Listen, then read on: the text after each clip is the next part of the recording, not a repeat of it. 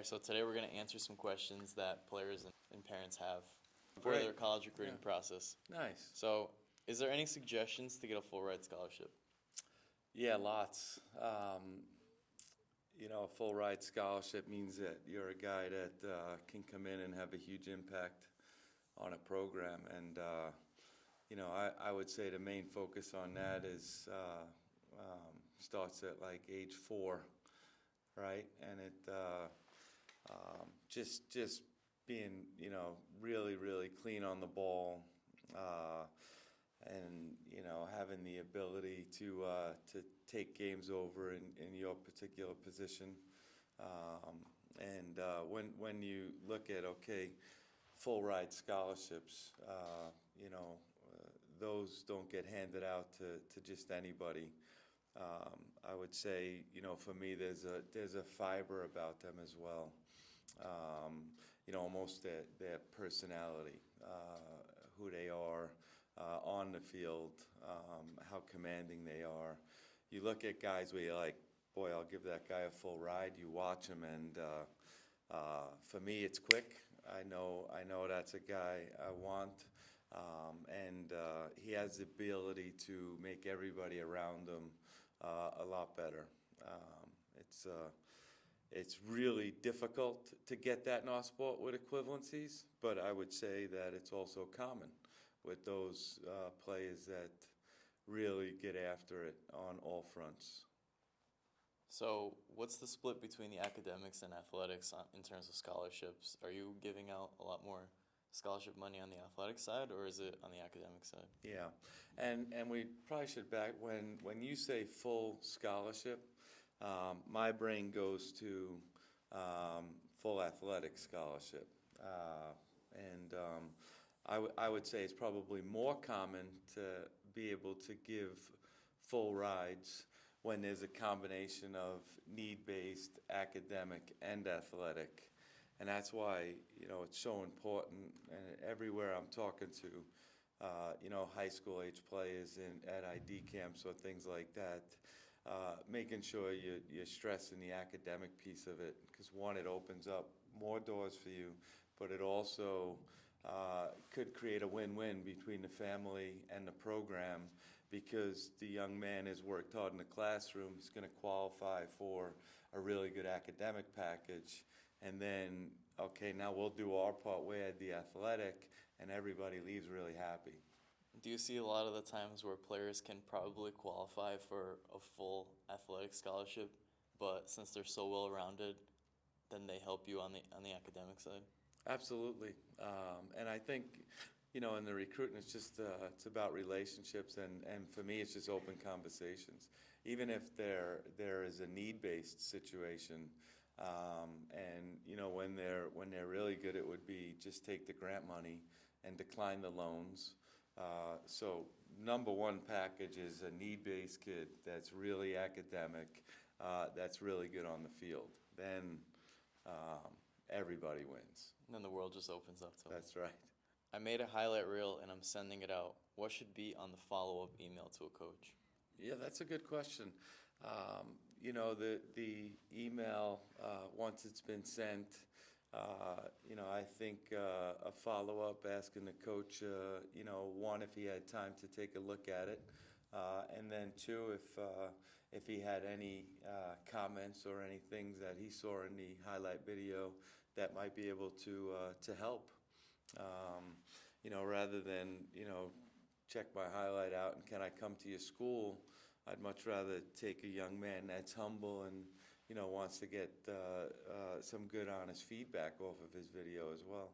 So are coaches giving an evaluation off of the highlight video?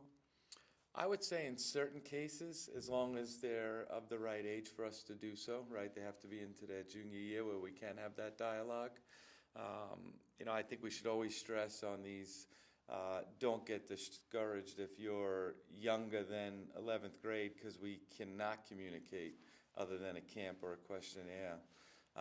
So once they're of the right age, eligibility-wise, if it's a player that we're serious about for sure, and to be fair, there's times where we take players' footage and cut it up and then go over it with them to look at it. So, you know, if there's a guy we really like, and, you know, that gives him a taste of how we're going to help him develop, but also maybe we can give a couple suggestions earlier before he gets on campus that might help his game a little bit more, so when he gets here, it's just a smoother transition. Okay, so you'll actually go through the highlight video with a player that you're serious about so that you can kind of evaluate what he needs to add to his game if, let's say, he comes to Grand Canyon. Yeah, and I think we'd start with, hey, you know, this is what we really like. I mean, look at these things. Then, you know, I think a lot of coaches are always looking at reactions after a transition. So the ball turns over, how quick is his recovery? I might even give suggestions towards the highlight video.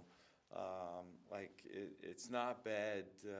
The ball gets turned over a lot. Watch the game Saturday morning on the EPL, and it turns over constantly. So your highlight video, let's say you had a good idea, but it gets picked off, but then you close it down quick, react, and win it back. That shows a good reaction as well. So with all the players that are emailing you and the limited time that you have, how do you pick which players you're doing that for? Yeah, we have a process when the videos come in. I actually have 3 different people in my office that will vet them, and you know what level they're playing at. You know, if it's hate to say it, but if it's a 11th grader playing JV soccer, we'll probably look at that one a little bit later than we would, you know, somebody that's playing, you know, on the under-17 national team. Next question. How do I catch the eye of a coach over email, and how do I show them that I think I'm a great fit for their squad? I think, and great question, but great fit.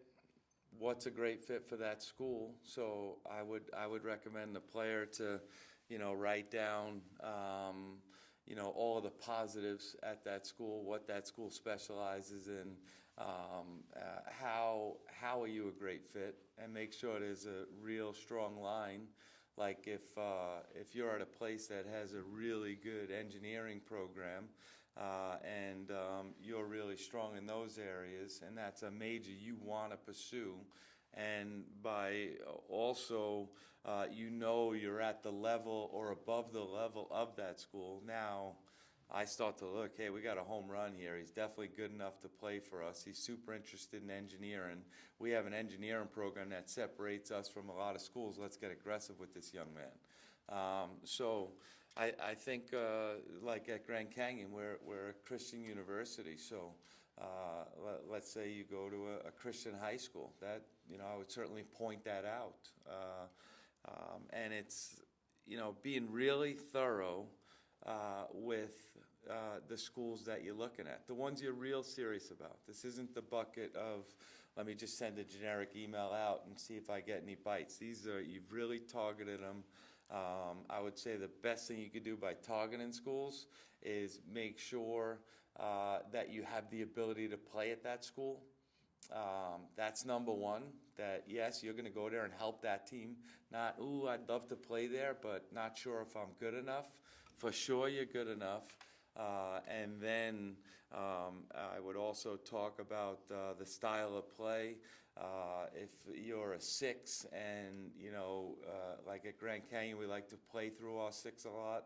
To me, it's a great position here because you're constantly helping the rhythm of the game, constantly getting us out of stuff, and then without the ball, you're closing off lanes, you're sealing stuff off, you're tough. I mean, it's got everything, that position, in my opinion. So if you're a 6 and, you know, you talk about some of the traits that you see in our 6, where you could see how that fits into your game. But you're not going to fool us. You know, we walk back to my office. How many did I have in my inbox? 20 to 40 every Yeah, single time. that was just from leaving the podcast. And it wasn't like I said, you know, I said, let's just open my email and look, and there they were. So it's worth the time you'll spend less time in the end. And I say this to players a lot as well, right? The ball turns over and, they want to take a break. they're going to run more for that break. Yes. Same thing with emails. You spend more time on the front end getting really, really thorough with where you're a good fit. You're going to spend less time in the end spinning your wheels. I know the biggest question I'm going to get from all that stuff that you said is, how do I determine if I'm good enough? Yeah. I think it's, the people you have around you, they have to be, and not mom and dad, unless maybe there's the rare mom or dad that would know that. But the coaches that you have around, and then, if you're taking, a top team, if you look at like the profile of our guys, there's national team players, there's, first team, all MLS, the Golden Glove goalkeeper, players from different countries where they play for their national teams, but yet you play on the second team in your club. Maybe your club got it wrong, and I can't say that every club gets it right. But I would say, hey, something doesn't smell right here. Let me look at this a little bit further. And absolutely, there are those players that get missed. Absolutely, there is a diamond in the rough for sure. But I would be really thorough looking at the bios of the players and where they came from. Let's say you have 3 Far West ECNL first team players, and you're one of those players. I'd say, wow, this looks pretty good. I already have what a lot of his guys have. So start to match up bios as well. And I think for a lot of those players that might think they're the diamond in the rough, they're not getting the attention that they think they deserve, and they're being overlooked. How much would you recommend going to the ID camp to actually get that evaluation and to actually get those eyeballs from the coaches and to verify whether they are that diamond in the rough or not? For sure. That's a great opportunity. And I would say this too. I grew up with very little. I couldn't afford to pay on the most expensive teams. So I do have a soft spot for that. And there's plenty of environments in this country where the pay to play is so high that it does take away from some really, really talented players. Like I could drive tonight and go watch a men's league game at 7 o'clock right here in Phoenix, and I might find a diamond in the rough like pretty quick. He's playing with men. He's not on the mainstream pathway. And then there's always situations where, for whatever reason, this player is on a team that doesn't add up. But let's look at him. He's got some quality. So never would I say, oh, he's on that team, I won't look at him. For sure, we'll look at him. But be real with yourself. Be humble and take some good criticism. That and I'm talking when you're spending a lot of times on these schools, it should be a no-brainer. You can go help them, a no-brainer, and then you're going to find this process to be really easy. A lot of people struggle with this process because they way overreach, and then they think, oh, their GPA and their emails and their video is going to get it done. It's not. Now, all those things are super important, but make sure the level is correct. I want to just make sure and emphasize and just let all the players know, number one, first and foremost, it should be you can help the team on the field. Would you agree with that statement? From there, then we all want to make this thing happen. Right, and just doing everything that you can separate from on the field to make that happen. Yeah, and then, okay, so now you're a home run. For sure you can help. For sure you're at the level. And now you've done really good in the classroom, right? And so now I look at it, wow, I really want this kid. Plus he's going to get this academic money, and we can give him athletic money. Maybe the parents can chip in a little bit, and it's like what we started with. We have it gets done quick, and it's good. So next question comes in. I just think my club team isn't going to get me much exposure. Same with my high school team, and my parents don't want to drive me very far to play on a team that does get a lot of exposure. What kind of advice would you give players in that boat? Yeah, that's, I've been there, so I get it. It's tough, really tough. But, you know, if he's coming up with those types of questions, it tells me he's got a head on his shoulders, and he could probably figure some other things out. But maybe the parents just don't have the ability to drive him there. Maybe there's other things going on. We don't know what's going on. But he's already taken it this far, so how does he solve the problem for his parents?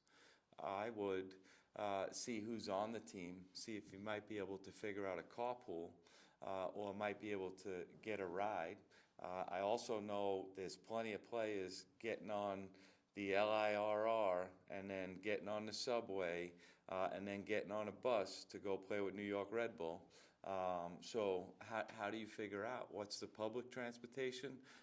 What's the team like? Where could you get a ride? So parents, if they, you know, I can't sit here and say, oh, you know, we don't know. We don't know why they can't get them there. Again, that speaks loudly to me. So now, okay, they can't get them there.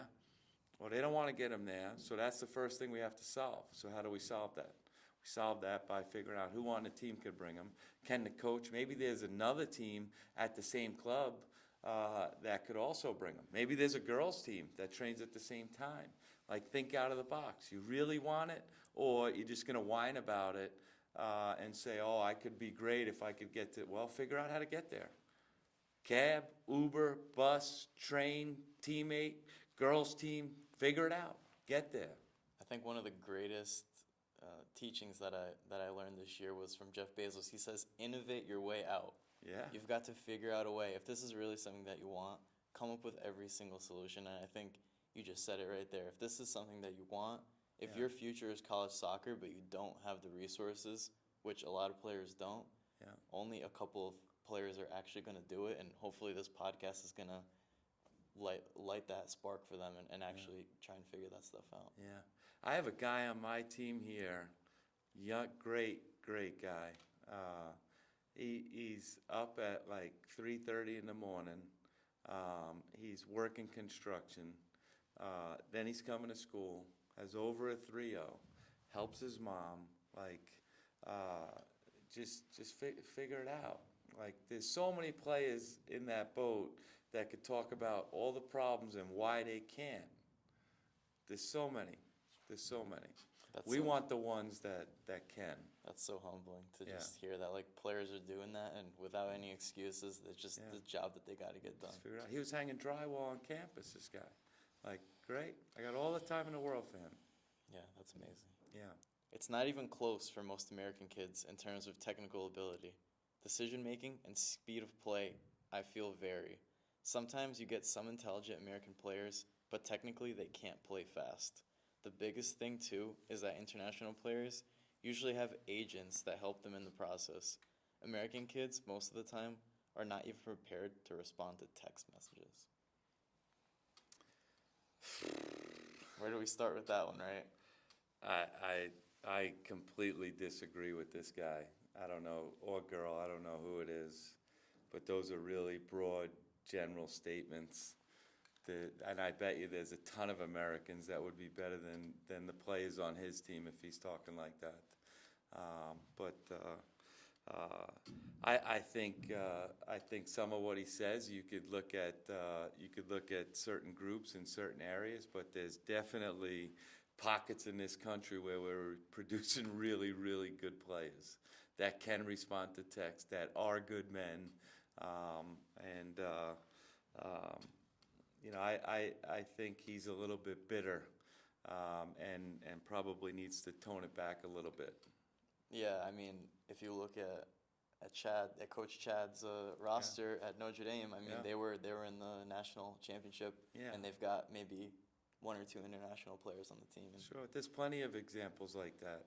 Even on some, and everyone says, oh, the international play, this and that, but there's plenty of big-time Americans impacting college soccer at a really high level, doing really good things. for you on your team, what's the split between the Americans and internationals? I'd say it's about 65% domestic and 35% international. Is that any for reason specific in terms of No. playing style and things like that, or is that just No. And I don't even talk like this guy talks and know the American player or the international. What international? The kid from Gambia? What are we talking about? So what international players is he referring to? I think they're all players that come from different places. And I don't specifically say, oh, I have to get this many Americans, this many internationals. I just, if I need a right back, I look. If I can find a right back, 20 feet from where we're sitting, I'll go find them. So I don't put like quotas on it or anything like that.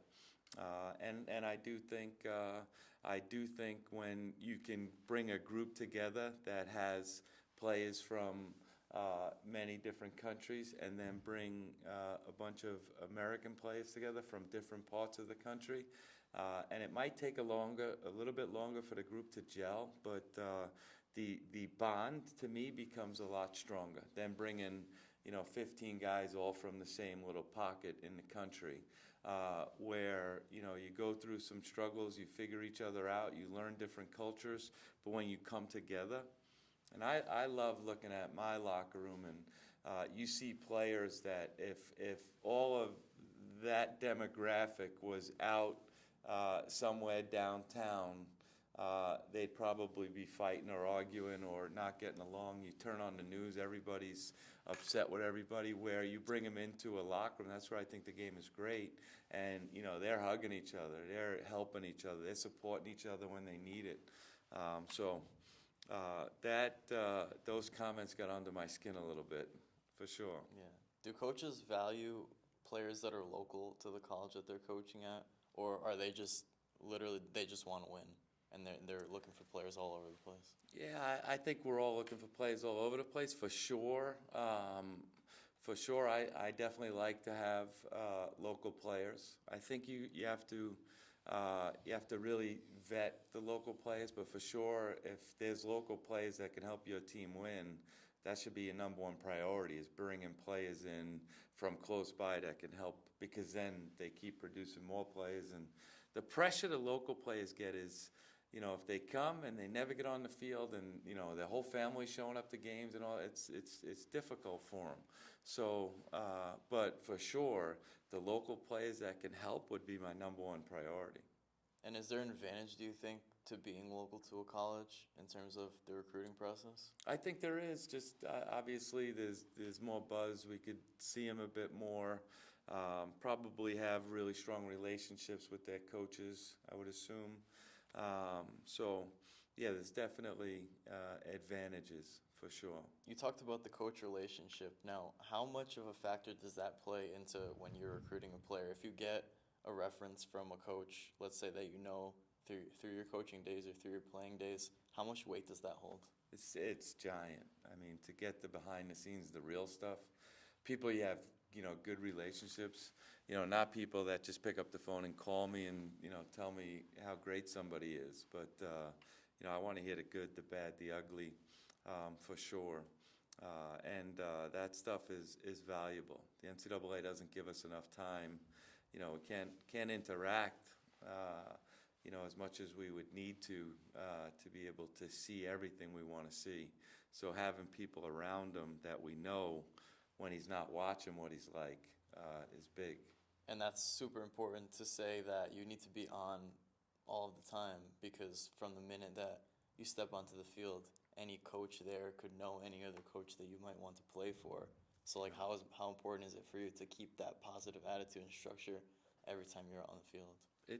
Giant. And as we start to say, okay, player A or player B, and I'm watching them walk into the game. I'm watching them interact in warm-ups. I'm watching him interact with his coach. I'm looking at where he's sitting, at the end. I had somebody tell me about his son, about what a great guy, does all this extra work, does a lot of community support, and then I watched his team lose 2-0. He's the only guy that didn't go shake the rest of the team's hands. I'm like, what's going on there? So yeah, you look at everything. The more you could dig out on the front end, same advice I'm giving them on emails, like the more homework you can do, then the relationship just works a lot better. Yeah, absolutely. And you know, you knowing the coach and then them knowing the player a lot more. Like you said, you really only have like a year and a half to really know these kids. If you can talk to someone who's known them for 4 years, 5 years, and has seen how they've developed, you can definitely make a lot better reference in terms of how they're going to react in your program. No question. And then even picking up the phone and reaching out to the guidance counselor, seeing if we can get a connection with a teacher. And then, you know, I would tell you a big thing as well. You get on the phone and you call him, and he's in the call with his mom or with his dad, or they come on a visit. You know, so many teenagers are cold to their parents, where that to be, if he's cold to his parent, how's he gonna be to me? Right. So how you respect mom, how you respect dad, that's important. Yeah, I mean, and I think these are traits that translate over to the field, right? Because if you're not respecting mom and dad, how are you going to be with your teammates? No How are you question. going to be with the people on campus? And ultimately, when you put that logo on your shirt, that's a reflection of the entire program. So coaches aren't going to want players who are reflecting the program poorly at the end of the day, because that goes on to their reputation as a coach. No question. MLS Next is a scam. That's it. It has no direct path to an MLS team, and very few players make it to the pro level. Even D1 college recruit foreign players before looking at national players. Just look at the rosters on those teams. And now MLS is creating another league, MLS 2, just to exploit parents and clubs even more. Oh boy, that's a lot to unwrap. That's a lot to unwrap. I mean, first off, I could look at it like, look at what MLS is doing, providing an opportunity, a competitive league for hundreds of teams across the country, which gives every one of those players more discipline, a schedule, hopefully a coach that's helping them grow into being a young man, learning how to deal with adversity.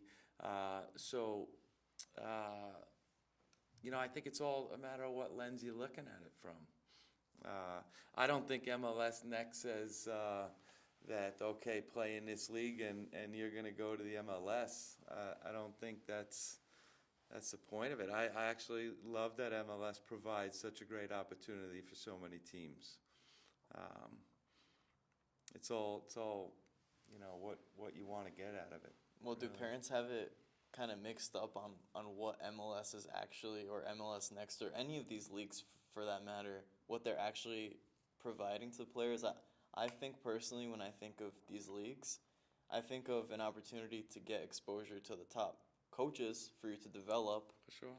and then the exposure comes along with it. I mean, what do you see in your eyes is the primary focus of what the league should be doing for players? Yeah, and I think what's happening in a lot of environments, there's a lot of DOCs, Director of Coaching, or coaches that get paid good salaries, and they're promising the world to entice players to leave their clubs because they play in MLS Next, and you know they're selling this pipe dream that you come over here and all of a sudden the magic happens. You know, I think you know, let's really look at the narrative behind, you know, what MLS Next is trying to do. I think like I said, it's great, and I think parents should. You know, you look at so many players without sport that are on the streets, that are screwing up in school, that are, you know, bad to their parents and disrespectful, and you know, there's so much good that comes out of playing youth soccer. Let's not lose sight of those gains, and those gains are probably more important than everything the DOC is selling. I think to look at it, and then what you want as a parent, I think you should back off a little bit. What does your son want? How much does your son put into it? How much does your son put down his phone? How much does your son go train? Rather than, it's everybody else's fault. Little Johnny probably didn't do enough. And everybody told little Johnny how great he was. So I think a lot of people just need to be far more real with everything and hold each other a little bit more accountable. I think how much we're selling what the league does for people needs to slow down. And then I think that parents and players need to understand there's no league or there's no easy way to get there. It's grinding. And, how many times did your son get up before school and go touch a ball? He does all that and then gets to perform at a really high level. I'm pretty sure the MLS Next will get that parent what that parent wants, because there's 211 of 211 Division I schools out there looking for that kid at MLS Next events. So. Yeah, and I think to your point, coaches want to see that. They want players to go pro, Yeah. but a lot of the times they're not doing what's necessary for that to happen, right? So in terms of, actually getting to the professional level, I talked about this before, but the percentage of players that go pro altogether, and then even when they do, the amount of time that they spend at pro, understanding what your focus is and what you actually want to get out of your soccer career, and I think that's super important. Super important. How would you suggest for parents to kind of understand and go through that process of, first you need to understand what it is that you want out of your child, and then actually helping them and guiding them towards what they want to get out of their career? Yeah, and I think sometimes with parenting or coaching, it's why not just stop talking for a little bit and observe and look at the actions, look at the behaviors. Let's not just listen to what your son is talking about that he wants. Look at what he's doing. Then, okay, you know what? He's always touching a ball. Man, he's always watching. Man, he could spit off Wake Forest's entire roster. So now we got what we would call like a soccer junkie.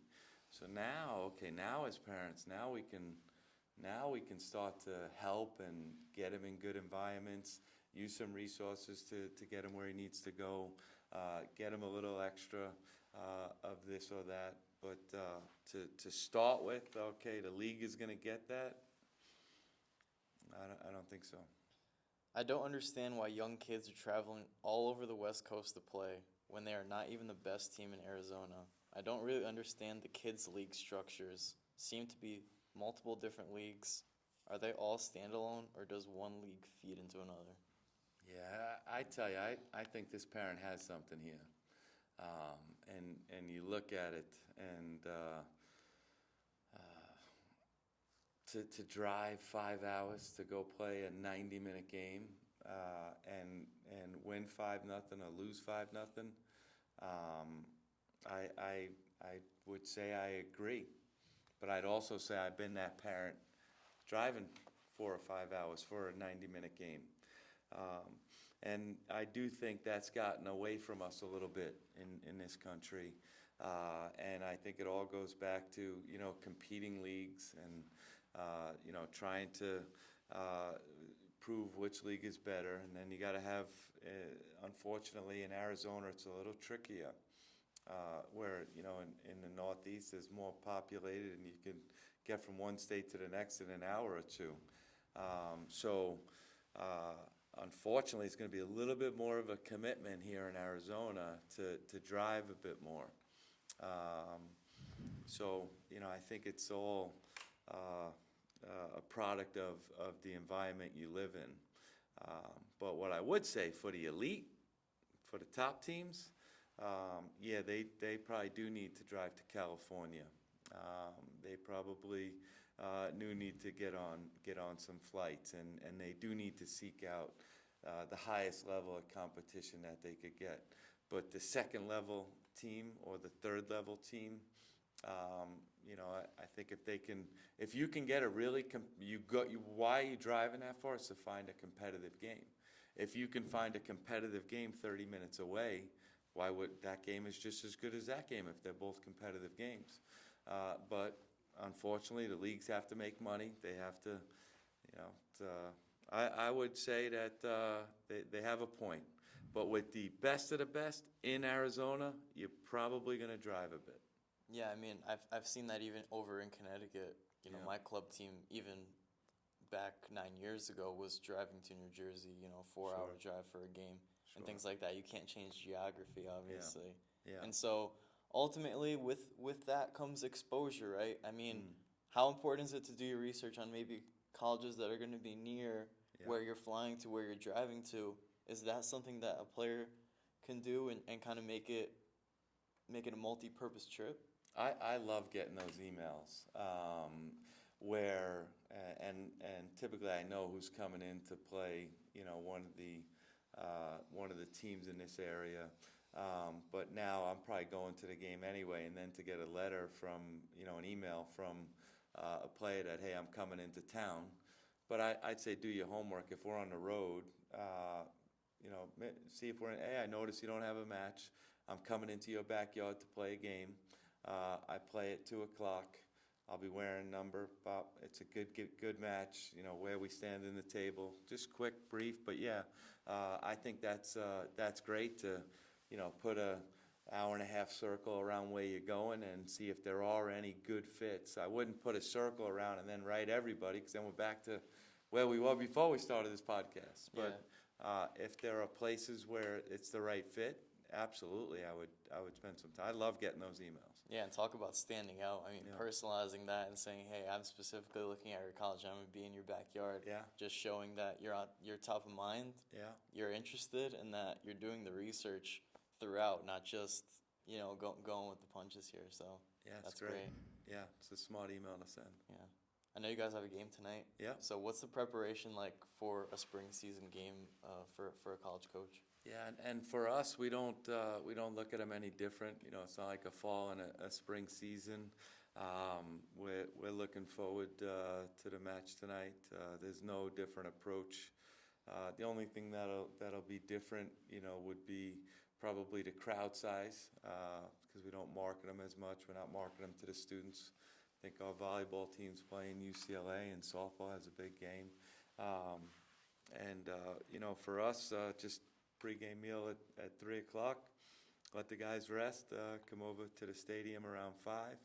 I actually have some donors coming to the game tonight. A couple recruits coming to the game, and a player that committed to us will be playing left back for the other team. So this could be a good night for us. Good. So how do you guys mix it up with the lineup during the spring season? Are coaches trying out different stuff, putting players in different positions? What are kind of the different looks that you guys are doing? Yeah, I think it varies, but I can't speak for other coaches, but for us, you might give a little more leeway in the spring, and then you certainly have those guys where with roster sizes and things like that, give them opportunity to see how they do. Maybe you watch them in training and you're just not sure, and then you put him in a game and he proves you dead wrong or he proves you dead right. Spring is good for that. It does open the door to a little bit more opportunity in games, but I don't go into the game and say, oh, it's a spring game, I'm getting everybody in. We're approaching this game like we would in the fall, but maybe a couple changes that we'll look at.